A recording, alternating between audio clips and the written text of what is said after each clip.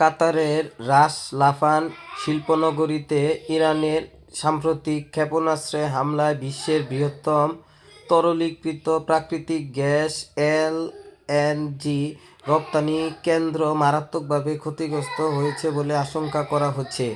এর প্রভাব পড়তে পারে বাংলাদেশ সহ দক্ষিণ এশিয়ার জ্বালানি নির্ভর অর্থনীতি দেশগুলোতে, বিশেষ করে বিদ্যুৎ উৎপাদন ও শিল্প খাতে।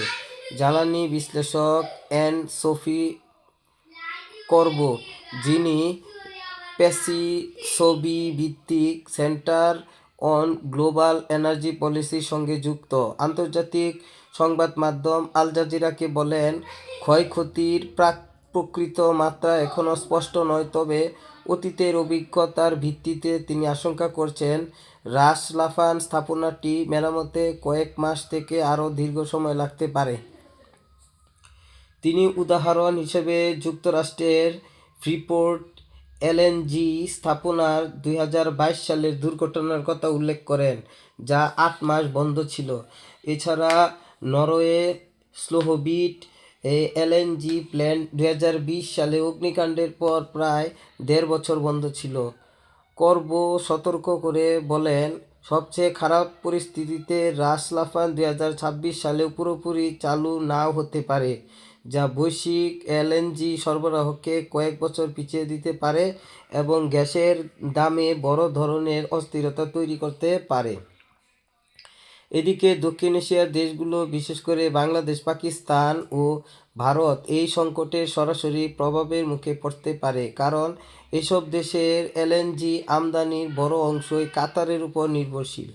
জ্বালানি তথ্য বিশ্লেষক প্রতিষ্ঠান কোপলারের তথ্যমতে, বাংলাদেশ তাদের মোট এলএনজি আমদানির প্রায় 70% এবং পাকিস্তান 99% কাতার থেকে আমদানি করে।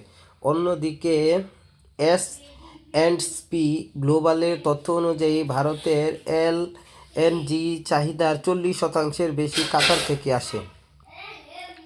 রাস লাফানের কাতারের প্রায় সব প্রাকৃতিক গ্যাস প্রক্রিয়াজাত করা হয় এবং সেখান থেকেই তা রপ্তানি করা হয়। ফলে এই স্থাপনায় উৎপাদন ব্যাহত হওয়া মানেই বৈশ্বিক সরবরাহে বড় ধাক্কা। রাষ্ট্রায়ত্ত প্রতিষ্ঠান কাতার এনার্জি চলতি মাসের শুরুতেই রাস লাফানে এলএনজি উৎপাদন সাময়িকভাবে স্থগিত করেছিল, তবে সাম্প্রতিক হামলার পর ক্ষয়ক্ষতির মাত্রা বেড়ে যাওয়ায় স্বাভাবিক উৎপাদনে ফিরতে আরও দীর্ঘ সময় লাগতে পারে বলে আশঙ্কা করা হচ্ছে। বিশেষজ্ঞরা বলেছেন, সরবরাহ ব্যাহত হলে বাংলাদেশে গ্যাস সংকট তীব্র হতে পারে, যার ফলে বিদ্যুৎ উৎপাদন কমে গিয়ে বড় ধরনের লোডশেডিং দেখা দিতে পারে। একই সঙ্গে শিল্প কারখানায় উৎপাদন ব্যাহত হওয়ার ঝুঁকিও বাড়ছে। এ পরিস্থিতিতে বিকল্প জ্বালানি উৎস খোঁজা, মজুত বাড়ানো এবং জরুরি পরিকল্পনা গ্রহণের উপর জোর দিচ্ছে সংশ্লিষ্টরা।